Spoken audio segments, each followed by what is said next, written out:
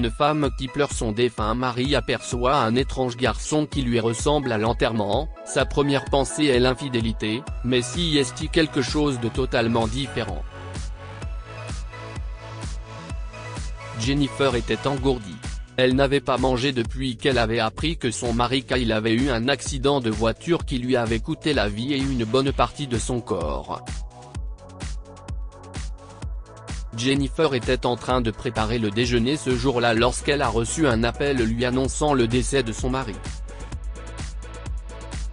Elle se souvient encore à quel point elle se sentait mal d'être entourée d'odeurs de pâtisserie alors que son mari ne respirerait plus jamais. Elle s'était précipitée au commissariat de police de leur quartier pour parler aux intervenants qui avaient trouvé sa voiture et son corps. Au début, ils ne l'ont pas laissé s'approcher du corps, essayant de lui épargner le spectacle gore de ce qui restait du cadavre de son mari. Ce n'était pas grand-chose car la voiture avait explosé après avoir dévalé une longue pente. Kyle avait toujours été un conducteur rapide, mais elle avait toujours eu confiance en lui derrière le volant. Penser que c'est sa conduite qui l'a tué est encore plus choquant pour Jennifer.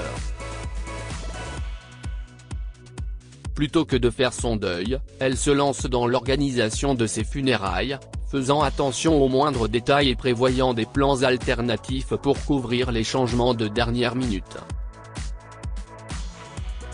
Les gens sont venus en masse aux funérailles en raison du bon travail que Kyle faisait dans sa communauté. Jennifer connaissait la plupart des visages car elle avait écrit elle-même leurs invitations. Imaginez son choc lorsqu'elle a posé les yeux sur un jeune garçon portant un vieux costume. Il ressemblait exactement à Feu Kyle et se promenait en tenant une enveloppe blanche scellée dans ses mains. Jennifer savait qu'elle n'avait pas invité de mineur à l'événement, alors elle l'a suivi pour en savoir plus. Il a quitté le rassemblement de personnes en deuil à l'intérieur de la maison de Jennifer et s'est dirigé vers la tombe où Kyle a été enterré. Jennifer garde une distance respectable en suivant Kyle. Elle ne veut pas l'effrayer avant de savoir ce qu'il prépare. Pendant ce temps, son esprit s'emballe, le garçon ressemble à son ancien mari. Pour Jennifer, cela ne signifiait qu'une chose. Kyle avait été infidèle. Cette pensée l'attriste.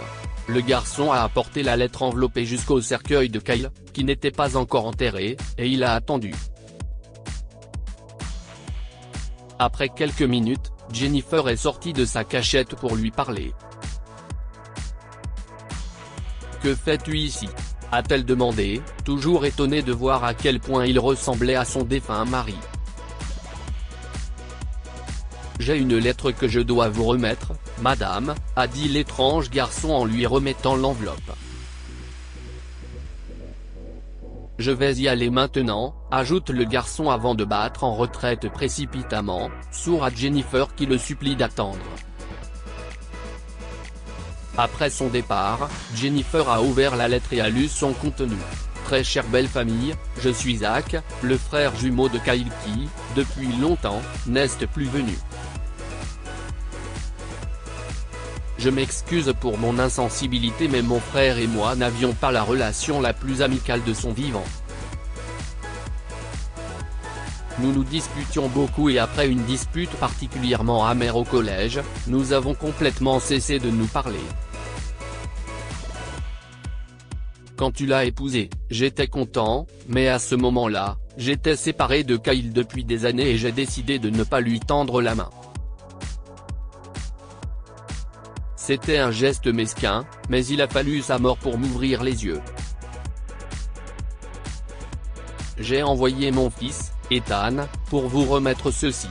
Si vous avez besoin de quoi que ce soit, ma famille et moi sommes prêts à vous apporter toute l'aide possible.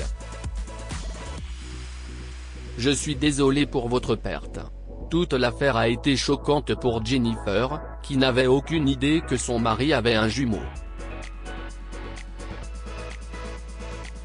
Il ne lui en avait sans doute jamais parlé, mais elle se souvenait à quel point il avait l'habitude de ne pas parler de ses affaires de famille.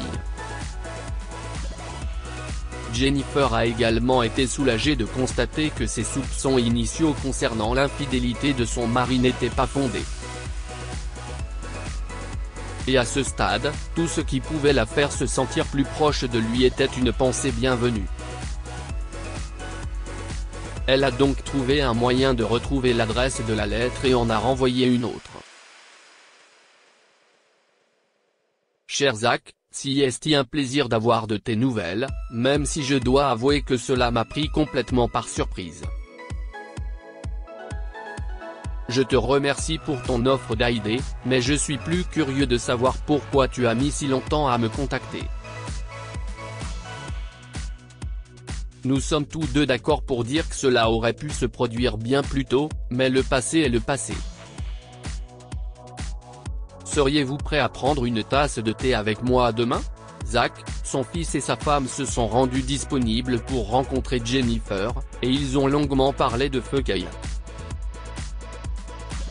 Jennifer apprend que Zach n'a pas tendu la main pendant des années parce qu'il avait peur de la réaction de son frère.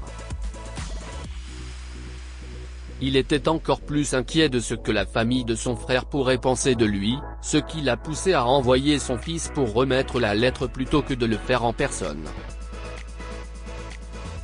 Ils sont tous devenus amis après cela, et se sont aidés mutuellement à surmonter la perte d'un être cher. Quoi avons-nous appris de cette histoire? 1. Arrêtez de trop réfléchir. Zach aurait pu se révéler à son frère et à sa famille pendant des années, mais parce qu'il avait peur de la façon dont cela serait perçu, il a continué à aller de l'avant. Il l'a fait jusqu'à ce qu'il perde son frère dans un accident, mettant fin à toute chance de réconciliation. 2. Ne laissez pas une simple dispute vous monter contre votre frère ou votre sœur.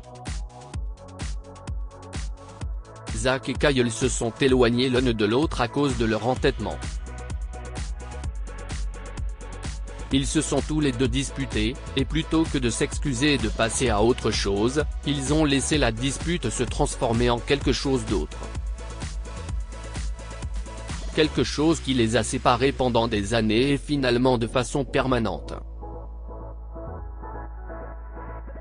La meilleure chose que Zach pouvait faire après la mort de son frère était d'arranger les choses avec sa femme, ce qu'il a fait avec succès. Partagez cette histoire avec vos amis. Elle pourrait égayer leur journée et les inspirer. Il découvre qu'il n'est pas le père de son enfant. Si vous avez aimé cette histoire, vous aimerez peut-être celle d'un homme qui a appris que son plus jeune fils n'était pas le sien mais par amour pour sa femme, celui-ci a décidé de garder le secret, afin de ne pas mettre en péril l'éducation de leur enfant. Cette histoire est inspirée par l'histoire d'un de nos lecteurs et écrite par un rédacteur professionnel. Toute ressemblance avec de véritables noms ou lieux est une pure coïncidence. Toutes les images sont utilisées uniquement à des fins d'illustration. Partagez votre histoire avec nous. Elle changera peut-être la vie de quelqu'un. Si vous souhaitez partager votre histoire, envoyez-nous un mail à info@amomama.com. Abonnez-vous à Amomama sur Google News.